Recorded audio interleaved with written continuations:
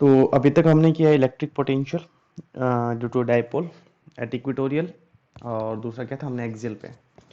तो यदि थोड़ा बहुत यदि हमें लास्ट में थोड़ा समराइज करें तो हम यदि इस अजम्पशन को यूज़ करते हैं, that is if R is much much greater than a, यदि अपने पास ऑब्जर्वेशनल डिस्टेंस है वो बहुत ज़्यादा बड़ा है as compare to the distance between the charges in the dipole, उससे कंपैरिजन में यदि हम बात करें यदि ऐसा है तो अपने पास इलेक्ट्रिक पोटेंशियल आया था, क्या आया था अपने पास electric potential 1/4 pi epsilon naught, okay, and P upon में आर स्क्वेयर। ठीक है, ये आया था अपने पास एक्सियल पे, और इक्वेटोरियल पे अपने पास क्या था, इक्वेटोरियल पे जीरो आया था। और ये जो P है, P अपने पास डाइपोल मोमेंट है, where P is equals to either of charge into 2a। This is small, this is simple product, okay, this neither cross product not dot product, ये ना ही तो क्रॉस प्रोडक्ट है और ना ही डॉट प्रोडक्ट है, सिंपल प्रोडक्ट है अपने पास। फिर अपने पास इक्वेटोरियल की बात करें, ये था अपने पास एक्सियल पे, ठीक है। और यदि इक्वेटोरियल की बात करें तो इक्वेटोरियल पे अपने पास क्या था, v equal to zero, potential अपने पास वहाँ पे क्या आया था, v इक्वल टू जीरो। तो हम ऐसे ही हमने इलेक्ट्रिक फील्ड कैलकुलेट किया था, अपने पास कितने पॉसिबल पे, एक्सिस पे, इक्वेटोरियल पे और एनी पॉइंट पे। तो हम इलेक्ट्रिक पोटेंशियल अब कैलकुलेट करते हैं एट एनी पॉइंट। तो electric potential at any point बात करें तो लेट अस कंसीडर डाइपोल, एक डाइपोल को हम कंसीडर करते हैं यहाँ पे, और उन दोनों चार्जेस के बीच का जो सेपरेशन है वो अपने पास वही एज यूजुअल कितना है अपने पास 2a, ठीक है, और चार्ज अपने पास -q एंड +q, ये अपने पास दो चार्ज हो गए, right. Equal and opposite charges which are situated at some separation is called dipole. और इस डाइपोल से अपने को क्या करना है, कोई भी एक पॉइंट कंसिडर करना है जिस पॉइंट पे अपने को क्या करना है, इलेक्ट्रिक फील्ड कैलकुलेट करना है, सॉरी इलेक्ट्रिक पोटेंशियल कैलकुलेट करना है। तो जो ये डायरेक्शन है, इस डायरेक्शन देखिए डाइपोल मोमेंट की डायरेक्शन होगी, this is direction of dipole moment, negative to positive, this is the mid point, और मिड पॉइंट से हम किसी भी डिस्टेंस पे हम कंसिडर कर लेते हैं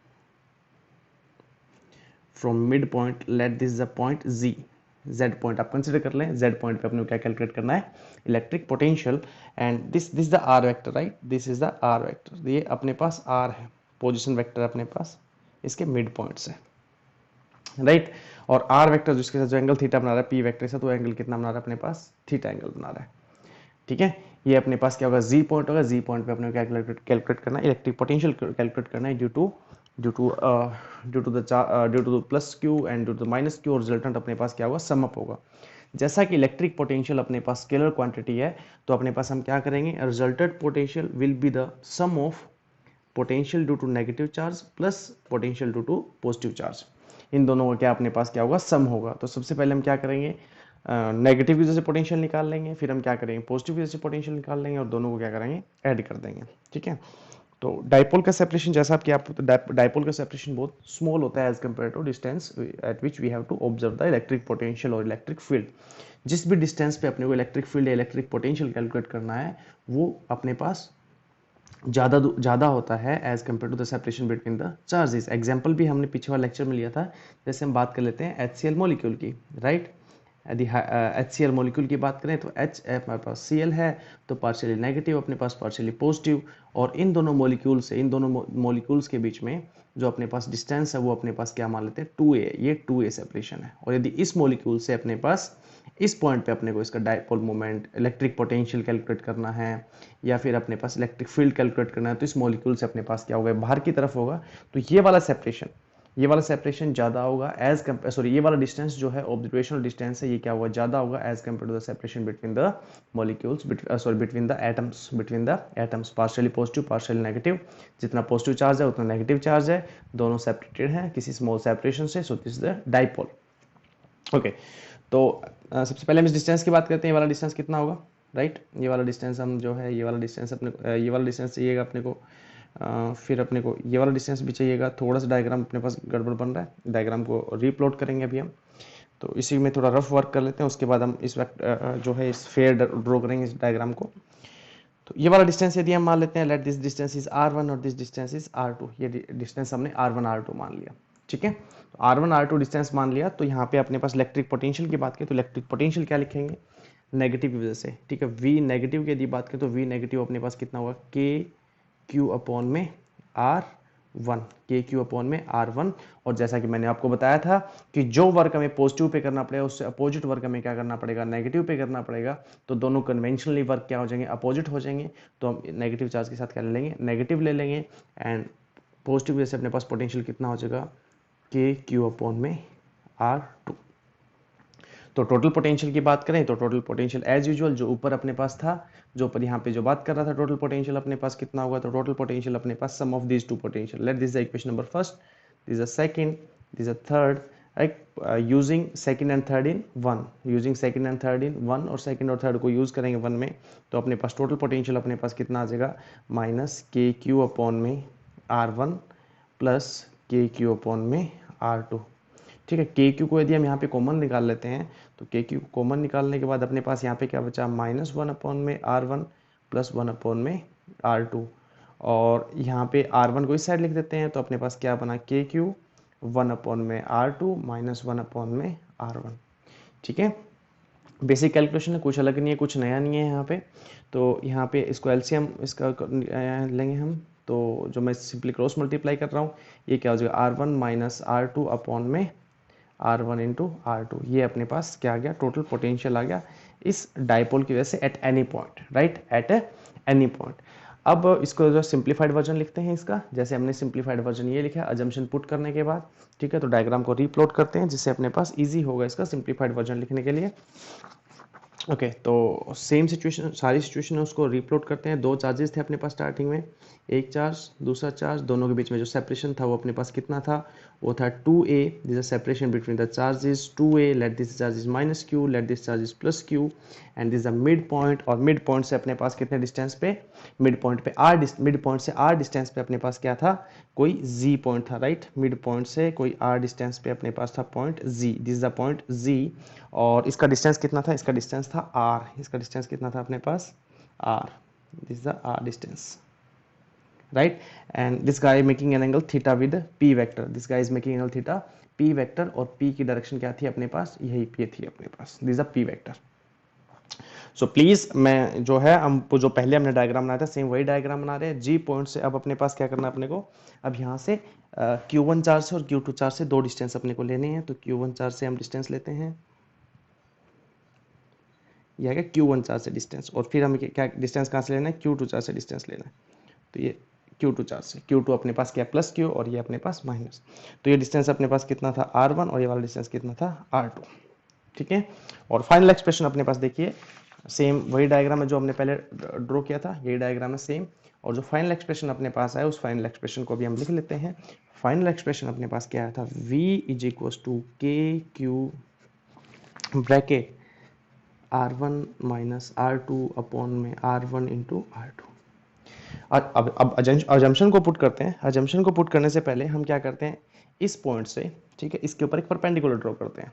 ठीक है, तो परपेंडिकुलर ड्रॉ करते हैं, तो यहाँ पे देखिए परपेंडिकुलर ड्रॉ कर रहे हैं हम, ये अपने पास इस पॉइंट से यहाँ पे एक परपेंडिकुलर ड्रॉ किया हमने, ये वाला परपेंडिकुलर, और ये इस यहाँ पे कितना हुआ परपेंडिकुलर ये। ठीक है, और अब देखिए जितना डिस्टेंस, यदि इस लाइन से इस पॉइंट से यहाँ पे परपेंडिकुलर ड्रॉ कर रहे हैं, दिस मीन ये वाला डिस्टेंस और ये वाला डिस्टेंस क्या हो जाएंगे अपने पास, इक्वल हो जाएंगे, सॉरी, ठीक है। और ये कितना बचा अपने पास, ये वाला देखिए अपने पास कितना है, ये टोटल कितना है, यहाँ से यहाँ तक का R1 है, ठीक है, इतना डिस्टेंस देखिए, इतना डिस्टेंस इतने के इक्वल है, इस यहाँ से यहाँ पे परपेंडिकुलर ड्रॉ किया है, इस पॉइंट से इस पे परपेंडिकुलर ड्रॉ किया है, तो ये वाला अपने पास दोनों ऑलमोस्ट कितने हो जाएंगे, इक्वल हो जाएंगे। ये वाला डिस्टेंस और ये वाला डिस्टेंस अपने पास ऑलमोस्ट कितने हो जाएंगे, इक्वल हो जाएंगे। तो ये वाला पार्ट कितना बचा, इतना पार्ट अपने पास कितना बचा, R1 minus R2, R1 minus R2, ये वाला पार्ट R1 माइनस R2 है, R1 माइनस R2 पार्ट ये हो गया अपने पास, राइट। यहाँ से यदि हम इसको अल्फाबेटिकली डिनोट करें तो हम लेटर A को यूज कर सकते हैं, नो डाउट A कहीं यूज नहीं हुआ, और कौन सा लेटर बी कहीं यूज नहीं हुआ, बी लेटर हम यहाँ यूज कर सकते हैं, सी लेटर यूज नहीं हुआ, सी लेटर को यूज कर सकते हैं, डी लेटर यूज नहीं हुआ तो डी लेटर को भी यूज कर लिया हमने यहाँ पे। तो यानी जो एडी डिस्टेंस है, the distance AD is equal to अपने पास क्या है, R1 माइनस R2। ठीक है, ये डिस्टेंस अपने पास क्या आ गया, R1 माइनस R2। तो R1 माइनस R2 डिस्टेंस अपने पास जो है वो इसी डायग्राम में है, और इस डायग्राम को हम कैसे यूज करेंगे देखिए आप। ठीक है, तो इस डायग्राम को कैसे यूज करेंगे यहाँ पे, अब R1 माइनस R2 कैसे कैलकुलेट करेंगे, हमें R1 माइनस R2 को कुछ नॉन टर्म में लेके आना है जो अपने पास अवेलेबल डाटा है। R1 R2 किस टर्म में लेके आना है, कुछ नॉन टर्म में जो अपने पास अवेलेबल डाटा। अब देखना कि अवेलेबल डाटा कौन सा है। अब देखिए ट्रायंगल ACD, ट्रायंगल ACD कैसी है, राइट एंगल ट्रायंगल है ACD ट्रायंगल। इस ट्रायंगल को रीड्रॉ करते हैं हम यहाँ पे, ये वाले ट्रायंगल, यहाँ से एक गया और यहाँ से ये परपेंडिकुलर वाला आ गया पार्ट, ठीक है, ये वाला पार्ट है डी, ये वाला पार्ट है सी, ये वाला पार्ट है ए। ठीक है जी, और ये डिस्टेंस जो है ये 2a है, और यहाँ पे अपने पास जो है ये एंगल कितना है, यहाँ पे ये एंगल थीटा है। तो ये वाला डिस्टेंस देखिए ऑलमोस्ट कितना हो जाएगा, ये वाला डिस्टेंस अपने पास r1 माइनस r2 कितना डिस्टेंस हो जाएगा, ऑलमोस्ट डिस्टेंस। यदि यहाँ पे कंसिडर क्या करें हम, if that is if this thing r1 this a is much smaller than r, यदि हम कंसिडर करते हैं if a is much smaller than r, then this line, these three line can be considered as this line considered as parallel to this one। तो इसको भी हम almost क्या consider कर लेते हैं, थीटा। ठीक है, this guys is also equals to almost equals to theta. जब अपने पास a much smaller than r होगा तो ये डायग्राम कैसा बनेगा, आप इसको इमेजिन कीजिए। a बहुत छोटा है और r बहुत बड़ा है। तो यहाँ से यहाँ तक देखिए ऐसे अपने पास कुछ लाइंस बनेंगी, ऐसे कुछ लाइंस बनेंगी, ये वाली तीनों लाइंस ऐसे बनेंगी। तो देखिए ये वाली लाइन ऑलमोस्ट इसके क्या होगी, पैरेलल हो जाएगी। ये वाला अपने पास डिस्टेंस ऑलमोस्ट इसके क्या हो जाएगा, पैरेलल हो जाएगा। तो जितना एंगल होगा नो डाउट ये वाला इस वाले से एंगल थोड़ा स्मॉल होगा, but we are considering almost equals to, let this one is angle theta और थीटा 1 सॉरी लाइक, तो theta 1 is approximately equals to क्या हो जाएगा, थीटा हो जाएगा। और theta 1 approximately equals to theta हो जाएगा। तो r1 minus right angle triangle property से अपने पास r1 माइनस r2 कितना हो जाएगा, r1 minus r2 is equals to कितना हो जाएगा अपने पास, 2a cos थीटा। ठीक है, क्या हो जाएगा अपने पास, 2a cos थीटा। तो r1 माइनस r2 अप्रोक्सीमेटली आप लिख सकते हैं इसको, r1 minus r2 approximately equals to 2a cos theta. तो r1 माइनस r2 अपने पास 2a cos थीटा हो जाएगा। एंड वी कैन देखो ये अपने पास जब मच लार्जर डिस्टेंस होगा तो ये अपने पास कितना हो जाएगा, ये ऑलमोस्ट तीनों लाइन कैसी लग रही है अपने पास, पैरेलल जैसी लग रही हैं। And we can use similarly if a is much smaller than r, then using approximation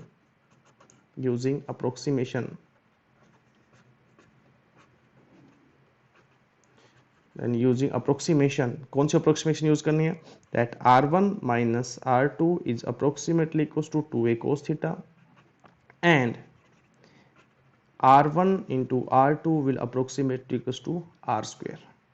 ठीक है, ऑलमोस्ट तीनों क्या मान लेंगे हम इनको, इक्वल मान लेंगे यहाँ पे। ठीक है, तो ये 2a cos theta r square. ठीक है, और इनको देखिए अब आप यहाँ पे ये एक कंसेप्ट नहीं लगा सकते कि तीनों पैरेलल है तो यहाँ से परपेंडिकुलर ड्रॉ करने की क्या हो सकता है। देखिए यहाँ पे जब थीटा रोल प्ले कर रहा है, यहाँ पे देखिए इस वाली सिचुएशन में जब थीटा रोल प्ले कर रहा है, r1 माइनस r2 के केस में थीटा जब रोल प्ले कर रहा है तो इसका अप्रोक्सीमेशन जो रिजल्ट है वो थीटा की टर्म में आना चाहिए। ठीक है, क्योंकि देखिए इस केस में थीटा रोल प्ले कर रहा है, ये परपेंडिकुलर कहाँ बनेगा, कितना बनेगा, इस एंगल पे डिपेंड करेगा ये। अब ऐसा नहीं है कि जब r1 इक्वल टू r2 हो गया तो हम थीटा को जो भी है इक्वल हो गया अपने पास, तो जब ये तीनों ही अपने पास r1 r2 के इक्वल है और ये r के इक्वल है, तीनों इक्वल हो गया, तो आप बेसिकली ये ज्यूम कर सकते हैं कि तीनों लाइन पैरेलल है। लॉजिकली तीनों लाइन पैरेलल नहीं है, हम यहाँ पे एक ऐसा अजम्पशन पुट करने की कोशिश कर रहे हैं जहाँ पे उसका रिजल्ट क्या आ जाए, ऑलमोस्ट सेम आ जाए। अब देखिए यदि हम तीनों r1 माइनस r2 का अप्रोक्सीमेशन है वो 2a cos थीटा है, तो r1 माइनस r2 का अप्रोक्सीमेशन हम जीरो नहीं ले सकते। अभी हमने पुट किया कि r1 इंटू r2 का मतलब क्या हुआ कि इसको भी हमने r ले लिया, इसको भी r ले लिया, दोनों को मल्टीप्लाई किया तो अप्रोक्सीमेटली इक्वल टू हमने r स्क्वायर। तो ये वाला अप्रोक्सीमेशन हम यहाँ पुट क्यों नहीं कर सकते, नहीं कर सकते क्योंकि जब r1 माइनस r2 करेंगे तो जीरो नहीं आएगा। ठीक है, तो अप्रोक्सीमेशन हमें कैसा लेना है, यदि हम मैथ की बात करें इस पूरे डायग्राम में, देखिए काफी इंटरेस्टिंग बात यह है कि यदि हम मैथ को और यहाँ पे फिजिक्स को अलग अलग समझना चाहें तो आप समझ सकते हैं। मैथ्स बेसिकली क्या है कि हमने r1 यहाँ पे r1 को r1 approximately equals to r2 approximately equals to r, ये अप्रोक्सीमेशन पुट किया हमने इस वाले केस में, राइट। और इस वाले केस में क्या पुट किया, ऊपर वाले केस में क्या पुट किया हमने, ऊपर वाले केस में पुट किया हमने that is r1 minus r2 is approximately equals to 2a cos theta. अब बेसिकली कोई भी बच्चा जब इसको करेगा तो ये कह सकता है जब r1 r2 r के इक्वल है तो r माइनस r जीरो हो जाएगा, नहीं होगा zero. This is the implementation of assumptions, जो कि हमारे पास अजम्पशंस को कैसे पुट करना है जिसके बेस पे उससे मोस्ट रेलेवेंट आंसर आए।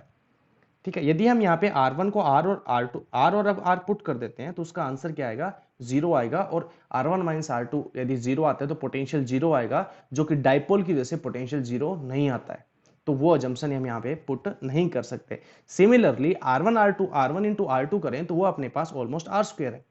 तो यदि इस अजम्पशन को पुट करते हैं, देखिए जब इस डेरिवेशन को किया गया तो बहुत सारे एजम्पशन यहाँ पे अज्यूम की गई, उनको उनको पुट सब्स्टिट्यूट किया गया और रिजल्ट निकाला गया होगा, बट रिजल्ट जो अपने पास जो एग्री कर रहा था वो इस एजम्पशन के साथ और इस एजम्पशन के साथ एग्री कर रहा होगा, राइट। तो अपने पास there are number of datas, number of assumptions, number of experimental values, ठीक है। वो एक्सपेरिमेंटल वैल्यू अपने पास थ्योरेटिकल कौन से अजम्पशन के साथ मैच करेगी, हमें उसी के हिसाब से क्या करना है, वैल्यू पुट करना है। ऐसा नहीं है कि R1 R2 इक्वल मान लिया तो उसको पुट कर दो, सब कुछ ऐसा कर दो, ऐसा नहीं होगा अपने पास, राइट। तो वहां पे अपने पास कौन सी अजम्पशन इंपॉर्टेंट रोल प्ले करेगी, उसी के हिसाब से अपने को चीजों को देखना है। तो V is equal to KQ R1 minus R2 का अपने पास अप्रोक्सीमेटली कितना आ गया 2a cos theta, R1 minus R2 कितना आ गया अपने पास 2a cos थीटा, और R1 इंटू R2 कितना आ गया R स्क्वायर। तो अपने पास रिजल्टेंट पोटेंशियल कितना आ जाएगा, रिजल्टेंट पोटेंशियल अपने पास आ जाएगा KQ, ऊपर अपने पास आ जाएगा 2a cos थीटा और नीचे अपने पास क्या आ जाएगा R square.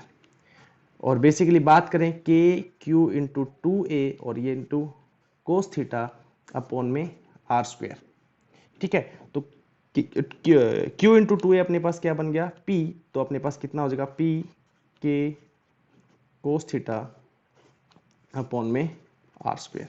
So this is the electric potential at any point. अब देखिए एक्सियल पे जो हमने निकाला था या फिर सिंगल पॉइंट से पोटेंशियल निकाला, सिंगल पॉइंट से हमने सिंगल चार्ज से अपने पोटेंशियल निकाला था KQ अपॉन में R निकाला था, राइट। सिंगल चार्ज से electric potential due to a single charge, like एक चार्ज है, चार्ज Q है, इससे डिस्टेंस R पे हमने क्या निकाला था, इलेक्ट्रिक पोटेंशियल निकाला था, let that this point is Z। और ये वाला पोटेंशियल हमने निकाला वो डाइपोल से विद इंक्लूडिंग अजम्पशंस, राइट। तो ये अपने पास 2 है, इसके बीच में सेपरेशन है, चार्ज है -Q, चार्ज है +Q, और किसी एंगल थीटा पे हम क्या कर रहे हैं, Z पॉइंट पे इलेक्ट्रिक पोटेंशियल कैलकुलेट कर रहे हैं।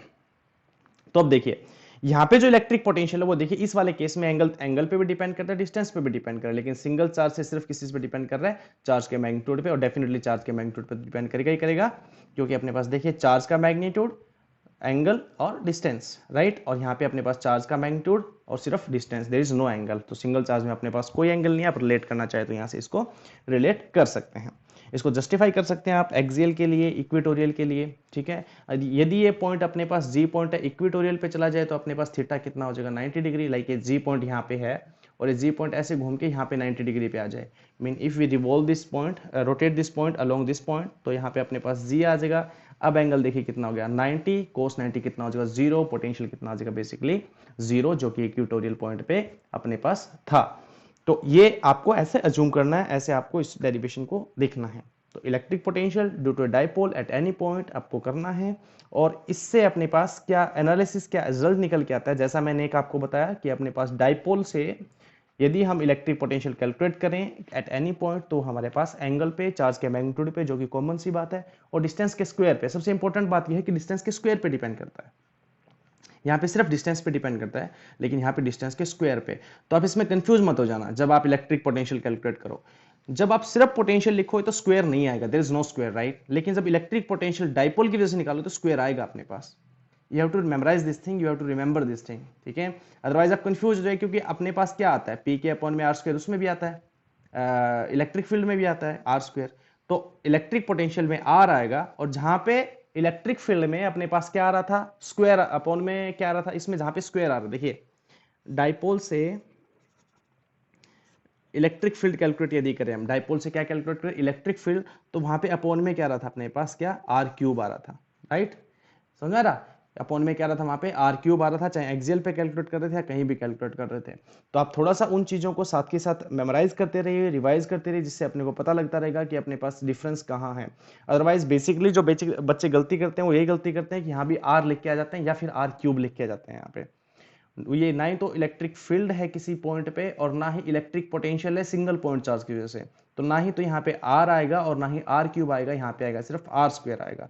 तो अब इस चीज को ध्यान से देखें और इससे रिलेटेड किसी भी क्वेश्चन को कम से कम एक या दो न्यूमेरिकल को सोल्व करें, जिससे आपका ये जो कंसेप्ट है क्लियर हो जाए।